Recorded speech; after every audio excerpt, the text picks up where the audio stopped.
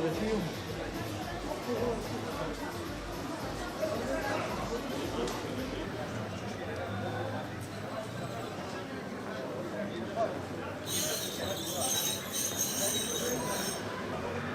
bak yardımcı olsun. Morfa mı?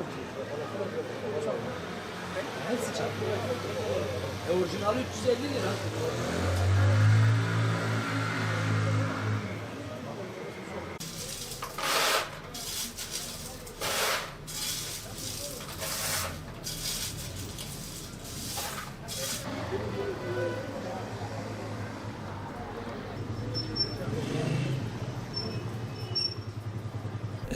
Önceliğinde yaklaşık 8 haftadır sokağa çıkma yasağı mevcut. Cumartesi pazarı, bazı günler 4 gündü.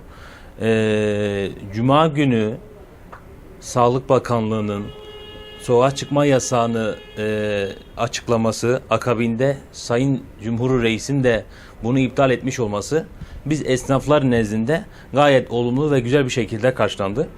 Umarım insanlarımız sosyal mesafeye dikkat edip artı maske, artı temizlik kurallarına uyup tamamen bu vakanın, bu olayın memleketimize bitmesini hep el birliğiyle sağlarız inşallah.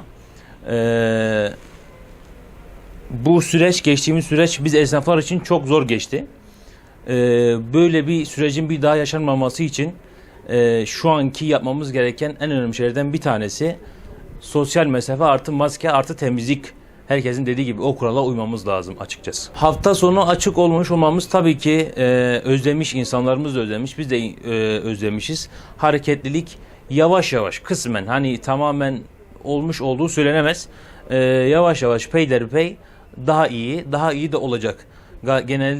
Özellikle Gaziantep'in yerel turizm memleketi olduğu için biz hafta sonları bizim için çok değerli, çok kıymetli. Bu da normalleşirse biz de çok daha mutlu olacağız, keyif alacağız açıkçası.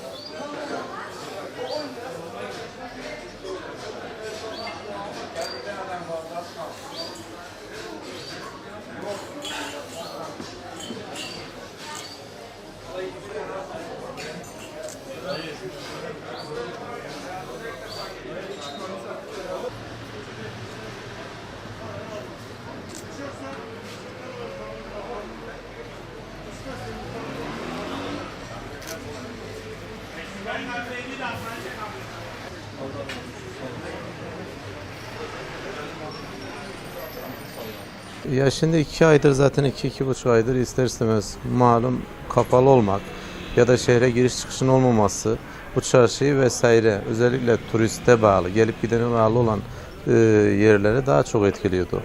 Malum bu çarşıda şehrin biraz daha göbeği olduğu için, herkesin uğrak yeri olduğu için sakinlik vardı. İster istemez yani bu serbest olması da biraz daha hareket kattı. Şu an güzel yani yavaş yavaş normalleşme döneminde güzel yani. Buna aslında insanlar hep cumartesi pazar kapalı ola artık öyle alışmaya başladılar ama şu an olmaması daha iyi oldu. Hareketli bir ortam sağladı yani. Normalleşme döneminde de zaten olması lazım. Bu olay çok güzel oldu yani sokağa çıkmanın iptal olması. Yani esnaf olarak zaten sıkıntılı bir dönem yaşadık. En büyük sıkıntıları bizler, orta kesim yaşadı. İster istemez hareketlendikçe daha tatlı bir şey, daha iyi bir şey olur diye düşünüyoruz yani.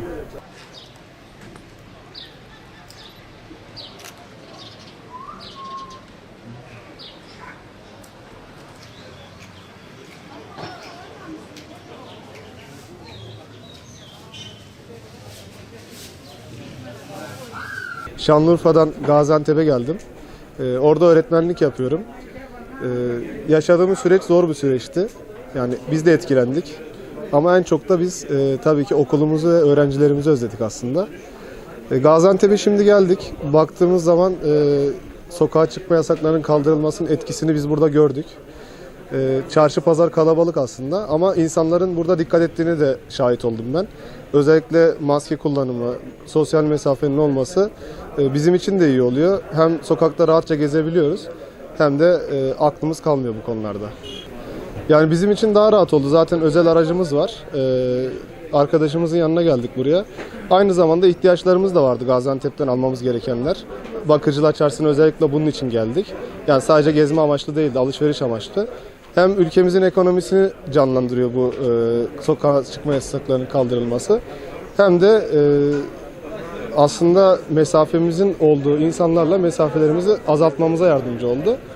Ben bu yönden hani devletimize teşekkür ediyorum ama insanların da bir yandan mesafelerini korumaları ve tedbirleri elden bırakmamalarını istiyorum açıkçası. Çünkü tedbir elden bırakmamız hemen bir anda hızlanmasına sebep olabilir.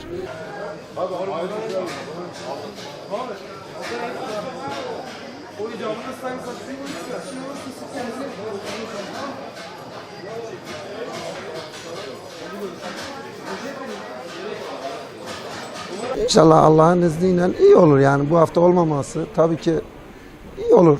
Biraz hareketlilik olduğunu biz de fark ettik. İnşallah daha iyi olacak yani. Bu günler geçer daha inşallah. Rabbim esnafa da bütün bol kazanç versin. Bütün vatandaşlar 65 yaşlılar onların da şeyleri kaldırılır inşallah. Tabii ki yani eski günlere dönmek bütün insanlar istiyorlar. Yani şimdi burada bu 2-3 aydır bütün insanlar çalışmıyorlar. Devletimiz yanında biraz yardımlar falan oluyor ama tabii ki tatmin edici değil. Görüyorsun 2 gün yasak oldu mu millet her tarafa hücum ediyor. Ama onlar olmaması, insanların düzgün yaşaması iyi olur tabii ki.